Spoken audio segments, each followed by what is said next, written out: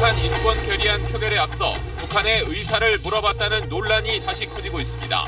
김만복 당시 국정원장은 물어본 것이 아니라 북한의 반응을 확인하려고 찬성 메시지를 전달했다고 주장했습니다. 안철수, 홍준표 후보 등은 비판을 이어갔고 문재인 후보 측은 구시대적 색깔론이라고 맞섰습니다. 대선이 17일 앞으로 다가온 가운데 후보들의 TV 광고가 공개됐습니다. 60초라는 짧은 시간에 후보의 강점과 이미지를 각인시키려는 치열한 전략이 담겨 있습니다. 서울 강남의 한 5층짜리 건물 철거 현장에서 1층 바닥이 무너져 내렸습니다. 저기 쿵 하는 소리 같은 얘기를 이제 나와보니까 엄청 연기가 굉장히 자욱했어요. 작업자 2명이 굴착기와 함께 내몰됐지만 3시간 반 만에 구조됐습니다. 대전의 한 주택가 앞 공터에서 시신이 담긴 여행용 가방이 발견됐습니다. 용의자가 19시간 만에 붙잡혔는데 CCTV에 찍힌 자신의 모습마저 부인하고 있습니다. 한 BMW 차주가 소음 때문에 4차례에 걸쳐 총 9달이나 서비스 센터에 차를 맡겼습니다. 그런데 정비가 한 차례도 이루어지지 않았습니다. BMW 측은 직원의 실수였다고 해명했습니다. 중국 관영 매체인 환구시보가 한미 군대가 휴전선을 넘으면 중국이 즉시 개입할 것이라고 보도했습니다. 북한은 특단의 선택도 마다하지 않겠다며 미국에 엄포를 놨습니다. 어떤 의도가 있는지 짚어봅니다.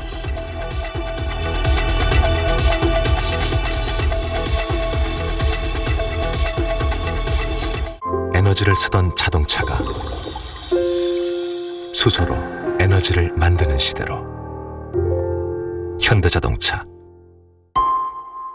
네, 여러분 안녕하십니까. 공식 선거운동이 시작된 이후 첫 번째 주말을 맞아 각 당 후보들이 총력전에 나섰습니다. 문재인, 안철수 후보는 고향인 부산과 경남에서 경쟁했고 홍준표, 유승민 후보는 보수층 공략에 주력했습니다. 또 심상정 후보는 호남을 찾아 지지를 호소했습니다. 뜨거웠던 유세 현장을 이경원 기자가 취재했습니다. 문재인 더불어민주당 후보는 정치적 근거지인 PK에서 주말 일정을 시작했습니다. 울산과 창원, 부산 시내를 돌며 고향 프로야구팀 유니폼까지 입고서 지지를 요청했습니다. 1600만 촛불이 영원하는 개혁의 적임자, 나라다운 나라 만들 사람 누굽니까? 노후 원전 수명 연장 금지와 항공산업 국가산업단지 조성 같은 지역 맞춤형 공약도 풀어놓았습니다. 한 손엔 호남표, 다른 한 손엔 보수표를 얻으려는 후보는 믿을 수 없다며 안철수 후보를 비판했습니다. 홍준표 자유한국당 후보는 태극기 부대가 대거 참석한 서울역 광장에서 집중 유세에 나섰습니다. 자유대한민국 수호를 위한 서울대첩이라 명명한 유세에서 우파 총집결을 호소했습니다. 어느 대통령도 종북 좌파가 겁이 나서 손을 대지 못했습니다. 종북 좌파들을 색출해서 적결하겠습니다. 앞서 역대 대선에서 캐스팅보트 역할을 한 충청을 찾아 지역 발전을 약속했습니다. 오송역 광역복합 환승센터 건립과 서울 세종간 고속도로의 청주 경유를 내걸었습니다. 안철수 국민의당 후보는 고향인 부산과 창원을 찾아 문 후보와 득표전을 벌였습니다. 김해 신공항 교통망 확충, 부산 북항을 전진기지로 키우겠다고 공약했습니다. 이념과 지역을 넘어 국민의 고른 지지를 받고 있습니다. 그러니 국민 통합 적임자 누굽니까? 오후에는 문 후보에게 보란듯이 노무현 전 대통령의 묘역을 참배했는데 분열과 갈등의 시대를 접고 대한민국을 구하자고 역설했습니다. 지구의 날을 맞아 미세먼지 감축을 위해 정상외교를 추진하겠다는 메시지도 내놨습니다. 유승민 바른정당 후보는 울산, 경주, 대구를 순회하며 영남, 특히 TK 민심 공략에 집중했습니다. 여러분들께서 원하는 진정한 근본적인 개혁을 추진하는 겁니다. 대한민국을 세계 속에 우뚝 세우겠습니다. 울산의 종합대 유치, 외곽순환 고속도로 건설 같은 지역 공약을 내걸었습니다. 전남 순천과 광주를 찾은 심상정 정의당 후보는 호남의 선택이 민주당과 국민의당에 머물러서는 안 된다고 호소했습니다. 우리 광주 시민들의 삶을 바꾸는 정치로 바꿔주십시오, 여러분. 저 심상정이 책임지겠습니다, 여러분. 심상정. 농업 예산 20조 원 확대, 65세 미만 농민의 월 20만 원 기본소득 지급과 같은 친농민 공약을 제시했습니다. SBS 이경원입니다. 네, 대선을 17일 앞둔 상황에서 송민순 장관 회고록을 둘러싼 진실 공방이 갈수록 뜨거워지고 있습니다. 오늘 보수 진영 후보들은 특검과 국정조사를 요구했고 문재인 후보 측은 북한을 팔지 말라고 맞섰습니다.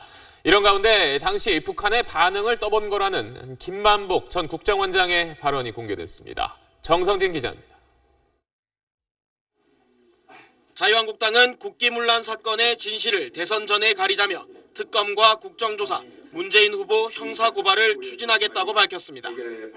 바른정당은 문 후보의 말이 계속 바뀌고 있다면서 관련 자료를 공개하고 비공개 자료라면 국회 정보위에서 확인하자고 주장했습니다.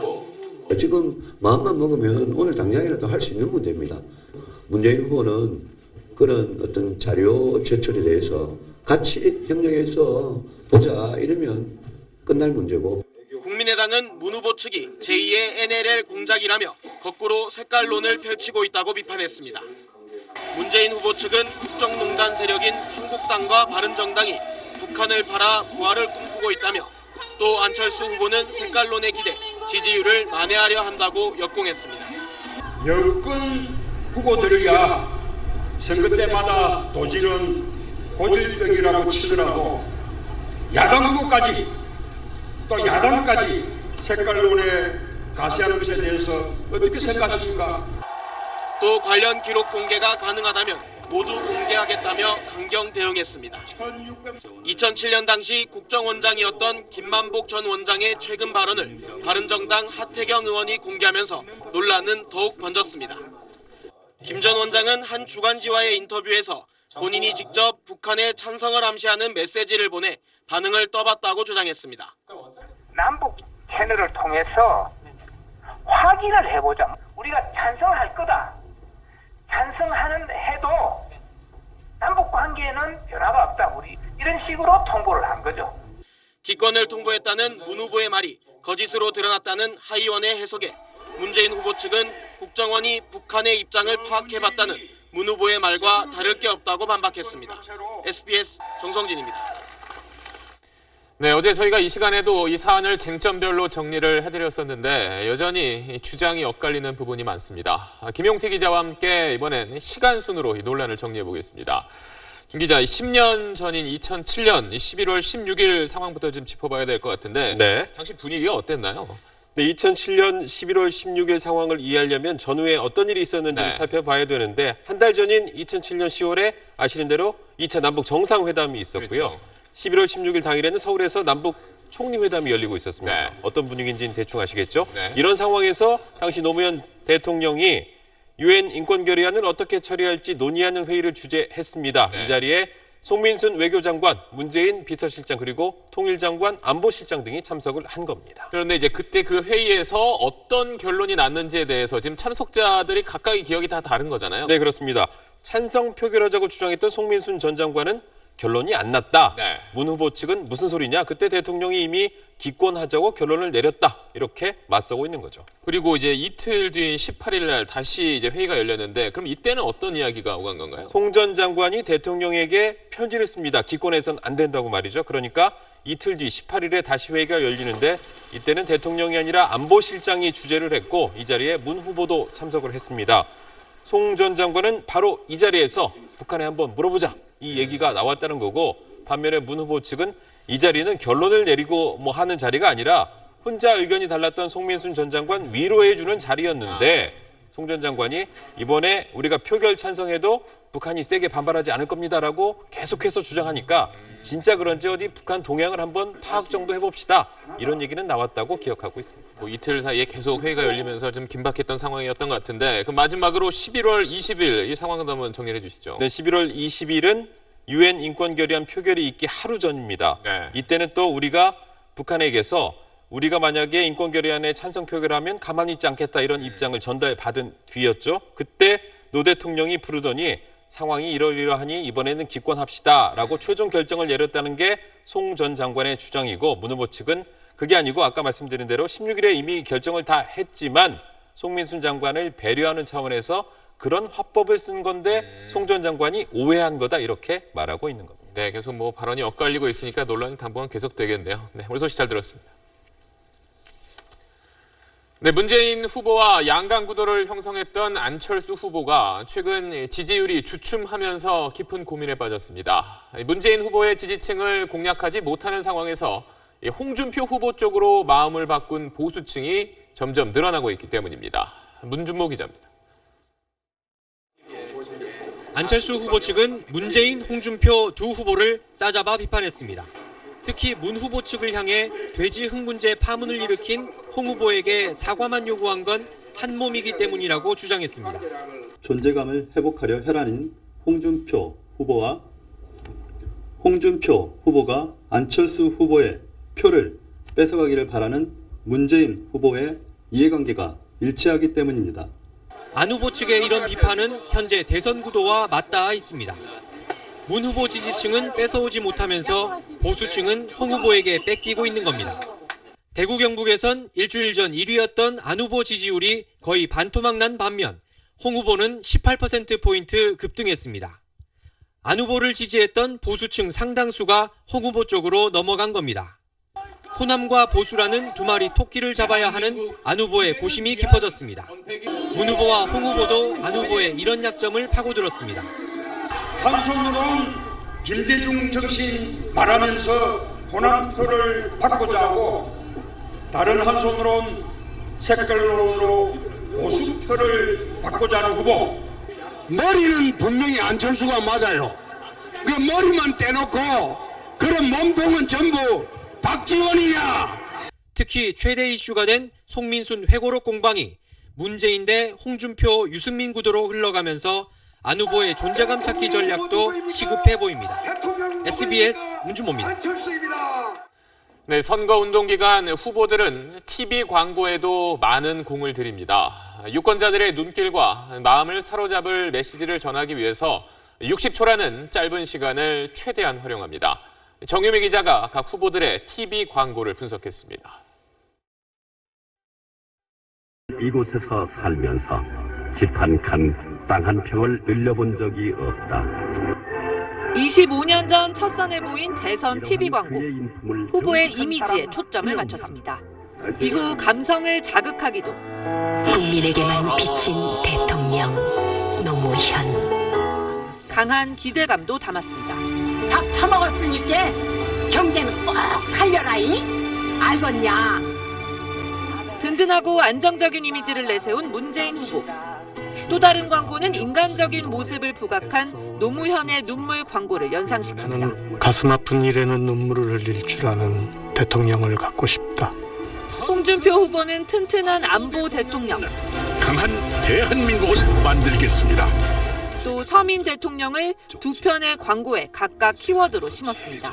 내 엄마처럼 착한 사람 한번 잘 살게 해줘보자. 안철수 후보의 광고에는 아예 후보가 없습니다. 강한 리듬과 문구를 화면에 채우는 파격을 시도했습니다. 미래를 여는 첫 번째 대통령! 유승민 후보의 광고는 담백한 인터뷰입니다. 진짜 대한민국 보수 정치를 좀 바꿔보고 싶은데. 차분한 목소리로 신뢰감을 강조했습니다. 200만 원도 못 받는 940만 노동자들 허리띠 졸라매는 게 아니라 목 조르는 거예요. 심상정 후보는 평생 노동자의 곁을 지켜왔다는 삶을 담아냈습니다. 각 후보에게 주어진 TV 광고 횟수는 최다 30차례. 짧은 시간이어서 유권자를 향한 구애 경쟁이 더욱 치열할 수밖에 없습니다. SBS 정유미입니다.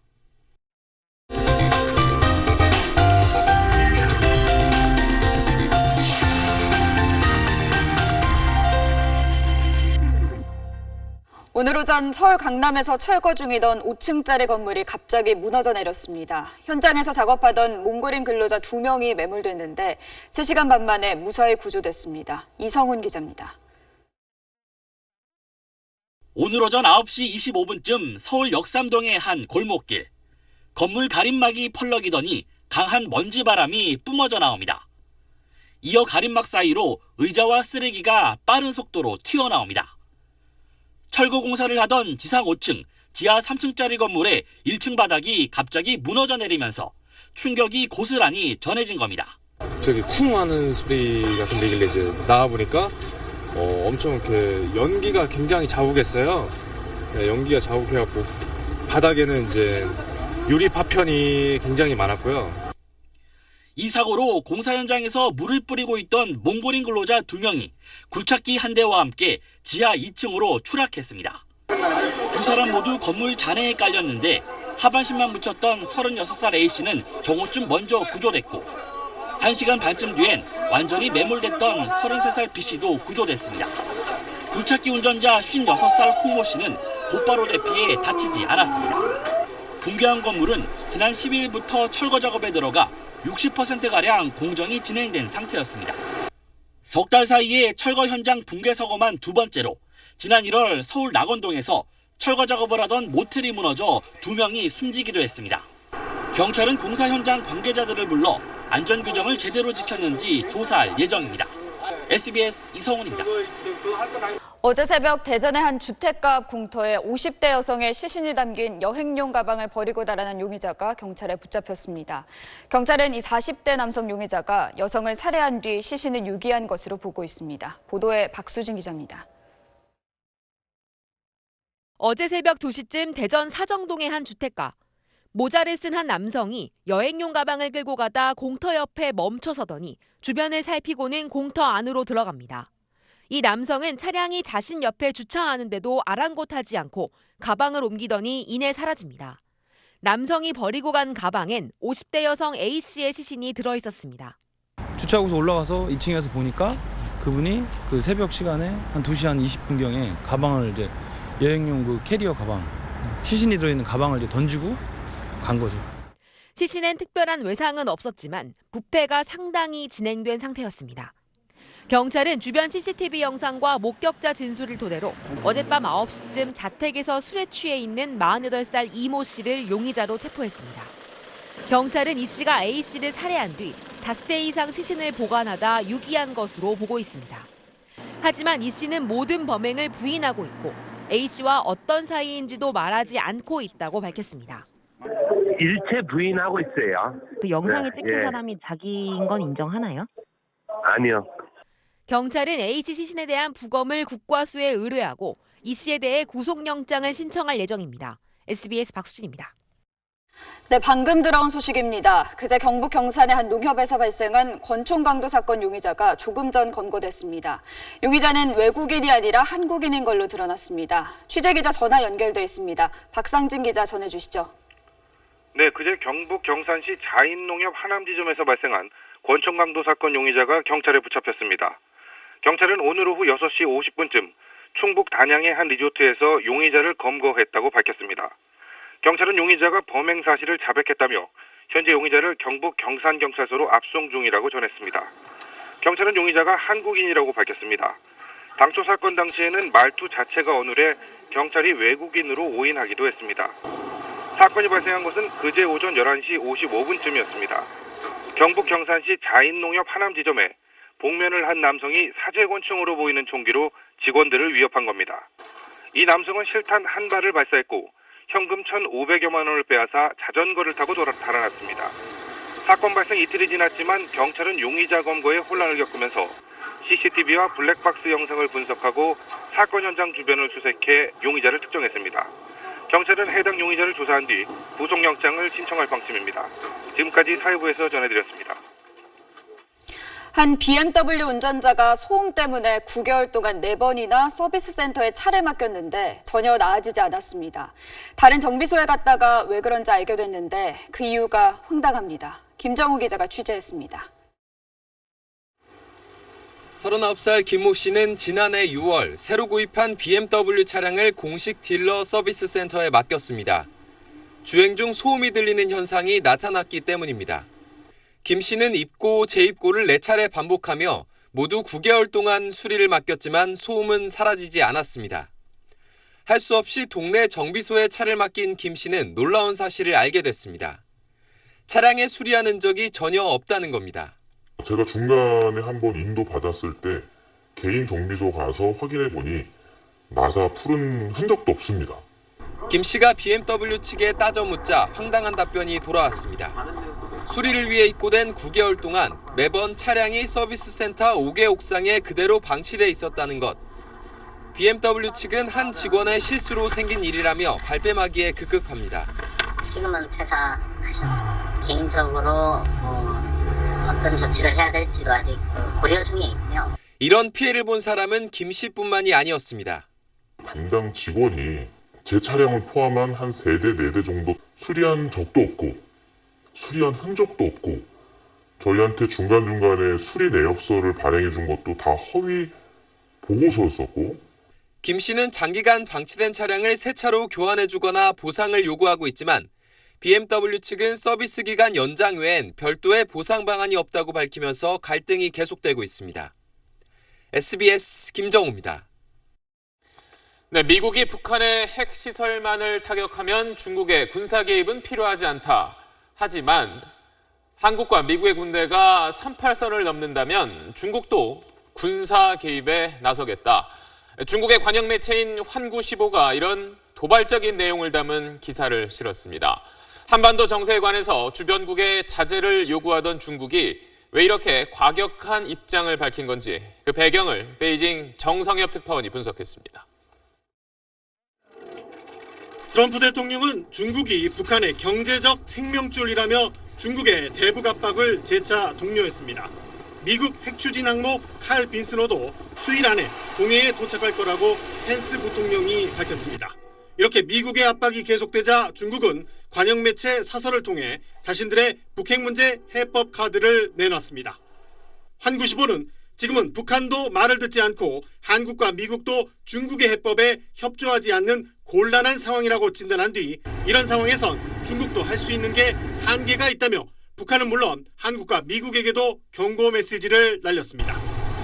휘발유 값이 폭등해 공급 제한에 나선 북한은 6차 핵실험을 강행한다면 원유 공급 대폭 축소란 카드로 압박을 했고 북핵 시설을 타격하겠다는 미국의 엄포엔 외교적인 수단으로 억제에 나서겠지만 군사적 개입을 하지 않겠다고 밝혔습니다. 다만 이럴 경우 북한이 보복성 타격을 가할 위험은 충분하다고 강조했습니다. 만약 한미 군대가 38선을 넘어 침략한다면 중국은 즉시 군사적 행동에 나서겠다고도 밝혔습니다. 북한의 핵무기 개발도 용납할 수 없지만 미국의 선제 타격이나 군사적인 행동도 그리 효과적인 방법은 아니라는 중국의 시각이 고스란히 담겨 있는 것으로 풀이됩니다. 베이징에서 SBS 정성엽입니다. 네, 그럼 안정식 북한 전문 기자와 좀 더 자세한 내용 알아보겠습니다. 자, 앞서 보도를 보면 중국이 미국의 군사 개입에 대해서 좀 불편한 심기를 내비치기도 했지만 사실 지금 중국과 미국이 공조하고 있는 건 사실이잖아요. 그래서 좀 북한이 좀 중국을 노골적으로 좀 비판한 내용도 있다고요. 네, 그렇습니다. 이제 북한이 어제 오늘 이 미국과 중국을 상대로 굉장히 좀 강력한 입장을 내놨는데요. 중국에 대해서는 미국 장단에 춤추는 게 그렇게 좋으냐? 북중 관계의 파국적인 결과를 각오를 해야 될 것이다. 뭐 이런 반응을 내놨습니다. 중국에 대해서 꽤 세게 얘기했는데 그럼 미국에 대해서는 뭐라고 얘기를 했나요? 네, 미국에 대한 반응, 먼저 이 외무성 반응 먼저 하나 보시겠습니다. 네. 미국이 우리와의 대결을 바란다면 끝까지 가보자는 것이 우리의 확고부동한 의지이다. 네, 이 끝까지 가보자. 그러니까 갈 때까지 가겠다 이런 얘기잖아요. 이 외무성뿐만 아니라 아태평화의 노동신문 등을 다 동원을 해서 이런 강경한 입장을 내놨는데요. 이번 주 초에 외교관들을 총동원해서 뭐 전쟁할 테면 해보자라고 하고 나서 조금 좀 소강 상태를 보였었는데 이런 고심 끝에 다시 강경 입장을 내는 쪽으로 좀 방향을 정한 것 같습니다. 분위기가 좀 바뀐 것 같은데 사흘 뒤인 25일이 인민군 창건일이잖아요. 그럼 이때 좀 도발 가능성이 있을까요? 지금 방금 전에 보신 이 북한 반응을 보면은 뭐 핵실험까지는 아니더라도 미사일 한두 발 정도는 쏘지 않겠느냐 이런 예상이 가능하겠죠. 이 한성열 외무성 부상도 지난 18일이죠. 18일 날 BBC 인터뷰에서 주 단위, 월 단위, 연 단위로 미사일을 쏘겠다 이렇게 얘기를 했는데 이 주 단위로 쏘겠다는 게 사실이라고 하면 지난 일요일인 16일 날 미사일을 쐈기 때문에 다음 일요일인 내일 바로 내일 미사일을 쏠 거다 이런 예상도 가능하겠습니다. 하지만 지금은 이 북한 도발에 대해서 국제사회가 굉장히 민감하게 반응하고 있는 상황이잖아요. 지난 16일 날 미사일 발사가 실패했음에도 불구하고 안보리에서 언론 성명이 나왔단 말이죠. 이런 걸로 보면 북한 입장에서는 굉장히 부담스러운 상황이면은 틀림이 없습니다. 따라서 북한이 어제 오늘 내놓은 반응이 좀 창피하지 않게 후퇴하는 그런 좀 방편의 일환 아니냐 이런 해석도 가능하겠습니다. 그러니까 원칙적으로 물러서지 않겠다는 입장을 보여주면서 실제 행동을 하지 않는 뭐 이런 방편일 수도 있어 보이는데요. 지금 이제 인미군 장관기념일이 말씀하신 대로 25일, 즉 내일 모레 글피 3일인데 이 3일 동안 북한이 어떤 행동을 보이느냐가 이 4월 정사를 가름하는 중요한 고비가 될 것 같습니다. 이번 주도 좀 긴장 상태는 이어지겠네요. 네, 오늘 소식 잘 들었습니다.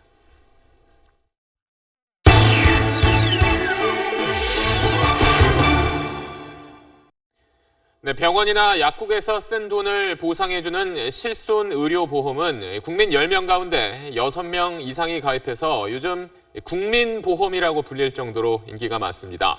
특히 이번 달부터는 보험료가 내려간 새로운 실손보험이 나왔는데 뭐가 달라졌는지 또 갈아타는 게 나은 건지 자세히 알아보겠습니다. 송욱 기자가 전해드립니다. 제가 6년여 전에 가입한 실손보험입니다. 보험금 청구 한 번 안 했지만 가입 당시 7,000원 정도였던 월 보험료는 50% 넘게 올랐습니다.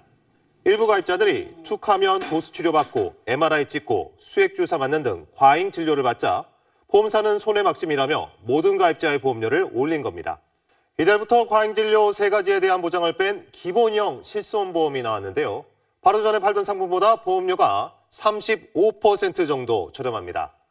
난 그래도 도수치료, MRI가 필요해하는 사람들은 특약으로 추가할 수 있는데요. 대신 횟수가 제한되고 또 본인 부담 비율도 높습니다. 새 실손보험은 어느 보험사 상품이든 보장 내용은 같습니다만 보험료는 천차만별입니다. 보험사마다 비용을 서로 다르게 계산해서인데요. 기본과 특약형 모두 보험료 차이를 보면 40% 정도 됩니다. 보장이 같은데 굳이 보험료가 비싼 상품 찾을 필요가 없겠죠. 그럼 기존 가입자들 어떻게 해야 할까요? 혜택이 많은 2009년 이전의 보험 가입자나 잔병 치레가 많은 분은 바꾸지 않는 게 좋습니다. 그동안 보험금 받지 않고 보험료만 꼬박꼬박 내셨던 분은 추가 할인 혜택도 있으니 갈아타기를 고려해 볼 만합니다.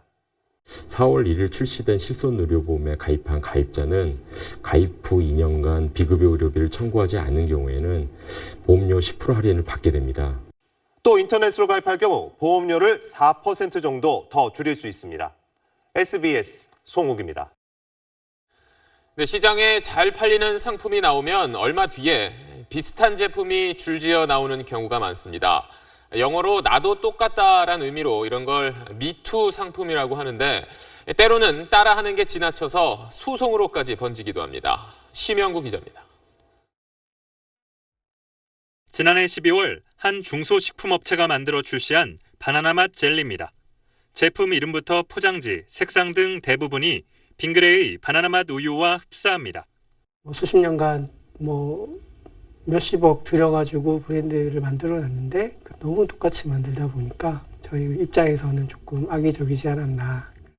빙그레는 자사 제품 이미지가 훼손된다며 법원에 소송을 내 승소했지만 이런 경우는 드뭅니다. 미투 상품을 대개 업계 관행으로 여기는 데다 제재할 마땅한 기준도 없기 때문입니다. 지난해 바나나 맛과 녹차 맛 초코파이가 인기를 끌자 잇따라 유사 제품이 출시됐습니다. 단짠 맛 열풍을 불렀던 허니버터칩은 미투 제품이 40여 개나 쏟아졌습니다. 선택의 폭이 넓어진다는 긍정적 평가도 있지만 미투 제품의 범람은 신제품 개발을 위한 투자를 가로막는 요인이 됩니다. 트렌드를 만들어내는 오리지널 제품을 개발하는 데는 굉장히 많은 노력들이 필요하거든요. 근데 그러한 노력들을 하지 못하게 하는 의지를 꺾어버리는.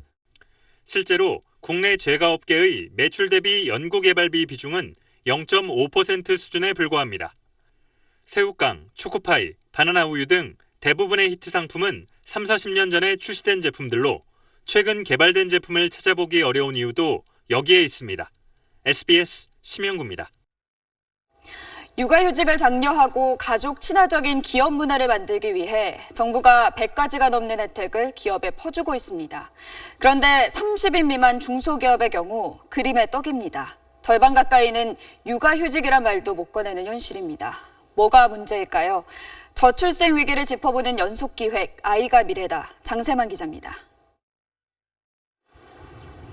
여직원만 20명이 넘는 전자업체입니다. 회사 설립 이후 15년 동안 육아휴직을 쓴 여직원이 단 한 명도 없습니다. 회사에선 대체 인력 탓을 합니다. 이틀을 푸셨으니까 3개월만 근무하시고 퇴사하십시오 라고 할 수 있는 부분이 아니라는 거예요. 노조조차 없다 보니 직원들은 말 꺼낼 곳도 없습니다. 암묵적으로 말하자면 안 받아들여지는 이렇다 보니 육아휴직에 대한 사업주들의 협조를 이끌어내기 위해서 지난 수년간 다양한 지원책들이 만들어졌습니다. 육아휴직자가 나오면 휴직자 본인은 물론 회사에도 정부 보조금을 줍니다. 대체 인력을 쓸 경우 급여 일부를 지원할 뿐 아니라 가족 친화 기업으로 뽑히면 100가지 넘는 혜택이 주어집니다. 그런데도 사업주들은 냉담합니다. 지원금 받는 것보다 숙달된 직원이 계속 일하는 게 더 낫다는 계산입니다. 기업 역시 사회적인 책임의식을 가지고 육아휴직 제도를 적극적으로 시행해야 될 필요가 있습니다. 육아휴직을 거부한 업주들에겐 고작 500만 원 이하의 벌금이 부과됩니다. 그나마 지난해 처벌된 업체는 5곳에 불과합니다. 지원금제에 달랑 만들어 놓고 나몰라라 할 게 아니라 육아휴직 제대로 쓰는지부터 감독해야 한다는 목소리가 높습니다. SBS 장세만입니다. 요즘 할리우드 영화에 한국이 잇따라 무대로 등장해 관심을 끌고 있습니다. 세계 영화 시장에서 한국의 영향력이 그만큼 커졌다는 의미겠죠. 곽상은 기자가 자세히 살펴봤습니다. 헐리우드 스타 뒤로 한글 간판이 질비합니다. 익숙한 건물에 익숙한 얼굴. 맞네요, 한국. 미국에 사는 주인공이 서울에 나타난 괴수를 없애려 고군분투하는 내용의 이 영화는 10% 넘는 분량이 한국 배경입니다. Either was about to have my baby or I had just had my baby. So you see it's the back of my head walking, it's not my head. 6월 개봉하는 이 헐리우드 영화는 봉준호 감독이 메가폰을 잡아 한국 관객의 기대가 각별합니다. 주 무대는 미국이지만 서울과 강원도 정선, 춘천 등에서 일부 촬영이 이루어졌습니다. 블록버스터 어벤져스도 서울에 이어 부산에서 촬영을 진행하는 등 한국이 등장하는 헐리우드 영화는 점차 늘어나는 추세입니다. 한국 영화 시장의 성장세와 국내 영화인들의 헐리우드 진출이 영향을 미쳤습니다. 한국 시장이 커짐에 따라서 헐리우드 자본이 한국으로 직접 투자도 하고 있고 많은 관심들을 가지고 계시고요. 여기에 우리 정부도 국내 촬영 때 발생한 비용의 20에서 25%를 지원하며 외국 영화 유치에 적극 나서고 있어 헐리우드 영화에서 한국을 만나는 재미는 앞으로도 기대해 볼 만합니다. SBS 박상입니다. 프로야구에서 국가대표 왼손 에이스 기아 양현종 선수와 LG 차우찬 선수가 선발 맞대결을 펼쳤습니다. 2만 5천 명의 만원 관중이 팽팽한 명승부를 만끽했습니다. 이성훈 기자입니다. 한국 야구를 대표하는 좌완 에이스들의 대결을 맞아 잠실구장엔 올 시즌 처음으로 만원 관중이 들어찼습니다. 팬들의 기대에 걸맞는 호투 대결이 펼쳐진 가운데 기아 양현종이 판정승을 거뒀습니다. 최고 시속 150km의 힘있는 직구를 앞세워 7이닝 동안 삼진 8개를 잡아내며 7안타 2실점 호투를 펼쳤습니다.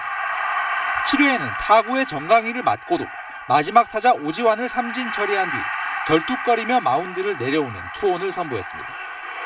LG 차우찬도 잘 던졌지만 6회 최용우와 나지완에게 연타석 홈런을 허용하며 고개를 떨궜습니다.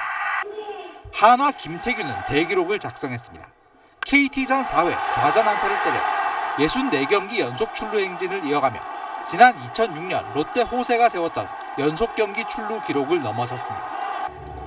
홈런 선두 SK 최정은 또 불방망이를 휘둘렀습니다. 부산전 1회 시즌 8호 솔로 홈런, 3회 시즌 9호 연타석 투런 홈런에 이어 5회에도 1타점 적시타 혼자 5타점을 올렸습니다. 한동민의 홈런 2방까지 더한 SK가 최근 10경기 9승 1패의 급상승세를 이어갔습니다. 오늘 5개 구장에 올 시즌 최다인 9만 명의 팬들이 몰려 개막 23일 만에 누적 관중 100만 명을 넘어섰습니다. SBS 이성훈입니다. 프로축구에서는 삼성이 호주 출신 수비수 매튜의 2골 활약에 힘입어 강원을 2대1로 꺾고 7경기 만에 리그 첫 승을 신고했습니다.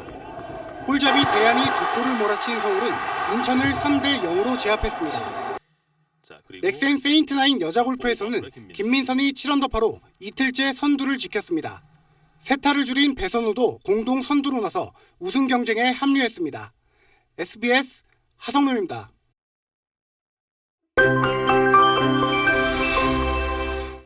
밤이 되면서 대기 상태가 많이 나아졌습니다. 하지만 남서부 지방에 계신 분들은 아직 안심하기는 이른데요. 이들 지역은 내일 오전까지 계속 먼지 농도가 짙게 나타나겠고요. 오후부터는 대기 확산이 좀 원활해지면서 전국의 대기질 보통 수준으로 회복하겠습니다. 낮 기온은 오늘만큼 올라서 따뜻합니다. 한낮엔 서울이 21도, 대구 23도, 광주는 24도까지 오르겠습니다. 다만 아침과 낮과 밤의 기온차는 15도 안팎으로 크게 벌어지니까요. 감기 걸리지 않도록 항상 조심하시기 바랍니다. 내일은 전국이 화창하겠습니다. 강원 영동 지방에선 낮부터 바람이 강하게 불 것으로 보여서 시설물 관리에 유의하셔야겠습니다. 또 새벽부터 아침 사이엔 내륙을 중심으로 짙은 안개 끼는 곳이 있겠습니다. 당분간 기온은 평년과 비슷하거나 조금 더 높겠고요. 다음 주 화요일에는 전국에 비 소식이 있습니다. 날씨였습니다. 네, 토요일 저녁 8시 뉴스 여기서 마치겠습니다. 시청해주신 여러분 고맙습니다.